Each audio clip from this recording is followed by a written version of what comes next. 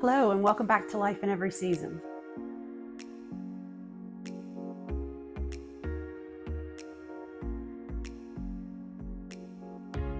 How many of you are frustrated when you go to the grocery store and you go to buy bacon, and sometimes the bacon is only in a 12-ounce pack and it's $7.99, $8.99. If you buy the thick sliced bacon, it can get up to $11, and most of the packaging is literally less than a pound. Some of it is a pound, but it just kills me because it's so expensive. And I've been toying with this idea, so I'm going to bring you guys along with this new project I'm starting. I watched Shay Elliott's from the Elliott Homestead, How to Cure My Own Bacon. So I thought, you know what? It's wintertime. I'm only got one job right now, so I have some time to try out some new projects. And so today I am going to start curing a pork belly that we bought from a local farm in North Carolina. It's almost a 5-pound pork belly. So I'm showing you. I did trim off some of the excess fat, and there were some little flaps back here that I trimmed off because I was afraid that that would be a place where moisture could gather. And so I trimmed it to make it as flat as I possibly could. Here's the other side of that.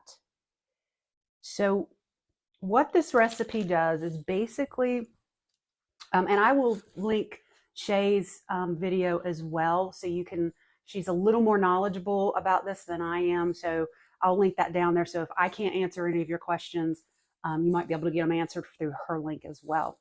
But what we're going to do is we are going to salt cure this bacon. What the salt, and we're going to use sugar. It's a half and half mix. 3 cups of salt and 3 cups of sugar. And we are going to rub this down, every inch of it, rub it, rub it, rub it, make sure all of that is in there. And then we're going to place it in a container. So here's my container. I'm trying to do with what I've got. As you can see, what we want to do is put the meat a little bit elevated in the container so the liquid can drain off. My baking rack does not fit my container. So, need is, what is it? Necessity is the, yes. That's okay. Anyway, what I decided to do was I'm going to use some canning lids to lift the meat up off the bottom of my container.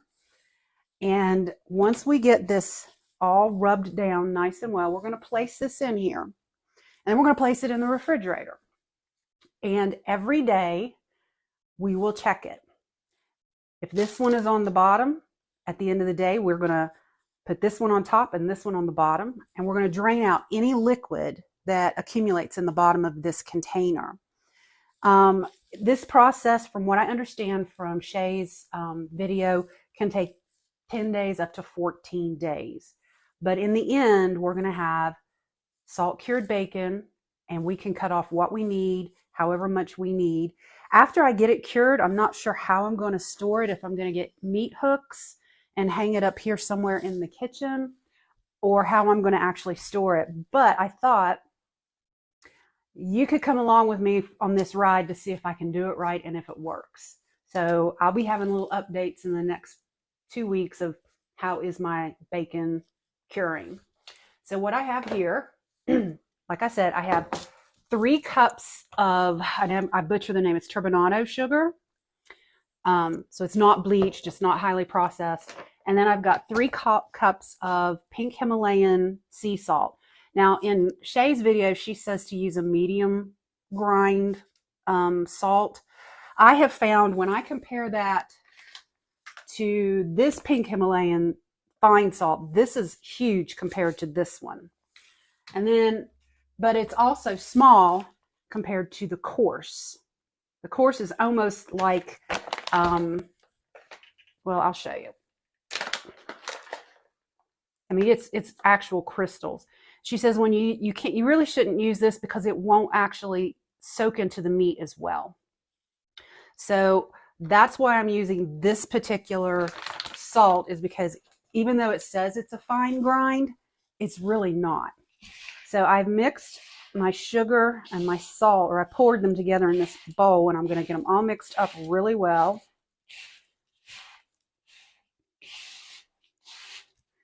I'm interested to see how this turns out because we do not have a smoker. But my interest has peaked since Thanksgiving. My daughter and my son-in-law came for Thanksgiving, and he got a smoker as an early, I don't know if she got it for him for his birthday or an early Christmas present. But the boy brought 30 pounds of smoked meat, ribs, a Boston butt, and a whole turkey. And it was good. Most of the other recipes that I've seen online, they require you to smoke the bacon. But in Shay's recipe, you don't have to do that. So since we don't have a smoker, we're going to go with this recipe. So what we're going to do, I'm going to take my glasses off so I don't dump them on the floor like I've done in other videos. And we're just going to start rubbing and just make sure this thing is coated completely with the salt and sugar mixture. And if there's any of the salt left over, I'm going to keep it. And as we check it through every day, if there's a spot on the meat that looks like it's dissolved and it's just not covered well, we can take some of the salt and pat it back on it, and it'll continue to draw out the liquid. See, there's a little flap. I probably should cut that back because I don't want any bacteria on this. There we go. Perfect. So I'm going to finish this up and get ready to get it into the containers, and then I'll hit you back here in a few. We're back. I have rubbed these down very generously with my salt and sugar mixture. The salt and sugar has already started trying to take some liquid out because I noticed some dampness after I would flip it over. And I'll show you that. You can see some of the dampness is already starting to, it's already pulling some moisture out, which kind of shocked me. I didn't expect it to do that, but hey, that's good. So what I'm going to do is put it in here. Let's see if I can do it this way. Yes, that way I can get both of them in here. And then you'll see this one, it's trying to weep a little bit over here as well. Okay. So every day I will set a time between Bruce and I to come in, and we'll just drain the liquid out and we'll flip them. They just need to get flipped once every day, drain the liquid. We'll check the salt levels on them every day. And if we see someplace where the salt is not, like I said, if it's dissolved a little bit, we'll just add a little more of the salt and sugar mixture to it. And hopefully in about 2 weeks, we will have some salt-dried bacon, salt-cured bacon. And I'll bring you along for the ride on that and show you in a few days how it's looking. Back. Hope you guys are having a good day. This is a continuation of my first try at curing bacon. It's been curing now in the refrigerator for about 10 days, as best as Bruce and I can guesstimate when we actually started this. But let me take a quick moment for you can see that it has shrunk pretty dramatically. Every day there's less and less liquid coming off of it. So I'm going to show you what I'm going to do here. Now, the recipe was 3 cups of sugar and 3 cups of salt, and I used pink Himalayan salt. And what I did is I kept the leftovers from getting this all rubbed down, and each day as I dump the liquid off, we kind of look and see, is there any place where there's some of the rub that may have dissolved a little bit, and we just kind of try to make sure that it stays covered. So I always have a little bowl of rub mix after I do this dump and flip. And that's what we're calling this, the dump and flip. So basically, you just hold your pork in, and you can see the liquid coming out. And like I said, each day it's a little bit lighter in how much liquid comes out compared to what I have had. So I'm going to go ahead and flip these. The top of these look pretty good. I'll get a little bit right there. But as you can see from here, it's shrunk and it's starting to cure a little bit. I need to get a little more on that.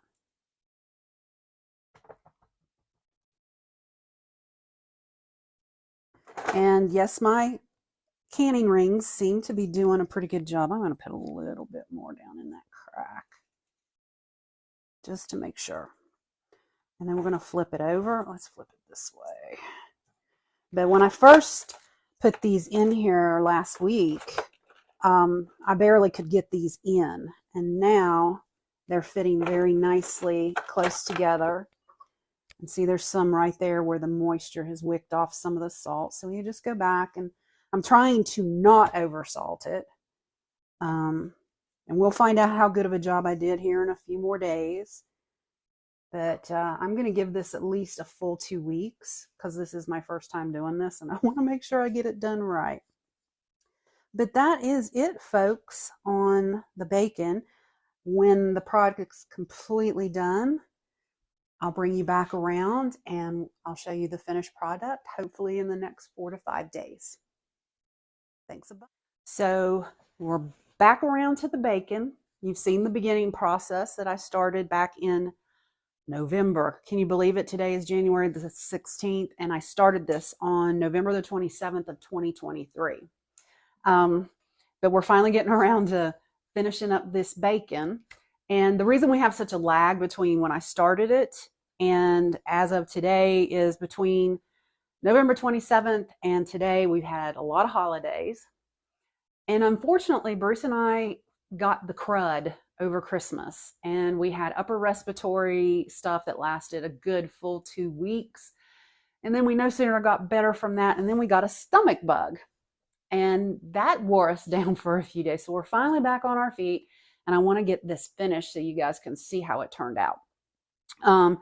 So just a quick reminder, my rub was 3 cups of Himalayan pink salt and 3 cups of natural sugar. You can use whatever natural sugar you like. And you coat it, put it in an elevated tub, put it in your refrigerator. You flip it every day, and then you drain any moisture that comes off of it. Now, this has been sitting in the refrigerator for a while. And what happens if it gets too salty? Yesterday, Bruce sliced off a little bit off of one of the sides. I don't know if you can see which side it was. And it was like so salty that we puckered. And then I was like, oh my gosh, I just wasted all of this meat. Well, fear not, there are a lot of knowledgeable people on YouTube, and I found out I have at least 2 options that I know of to fix the saltiness. The first one is live with it the way it is and use it as a flavoring for soups and stews, green beans. This would make a perfect like fat back for green beans. You can just leave it as is and use it in place of salt in soup, stews, green beans, other vegetables that you usually would use ham in, beans like navy beans or pinto beans. The other option is you can actually soak it in cold water. The recommended process for this is you take this, you put it in a large container of cold water, and you let it soak for 30 minutes. Then you slice off a little piece of it, fry it up, taste it for saltiness. If it's still too salty, drain the water out of the pot, put this back in, and put more cold water on it for another 30 minutes. And you keep doing that until you get your desired saltiness of your meat. Now, how am I going to store this? We are really not set up to have hanging meat in the kitchen, mainly because we have rascals. Right there's one. We have nosy little rascals, and I'm worried that if I have this hanging up somewhere here in the kitchen, they're going to get nosy, they're going to want to nibble on it, and they might jump up on my counters, and we've got them broke from jumping on the counters, and I don't want them hanging from the ceiling off of meat that we've worked so hard, paid good money for. That's my long story about not hanging it.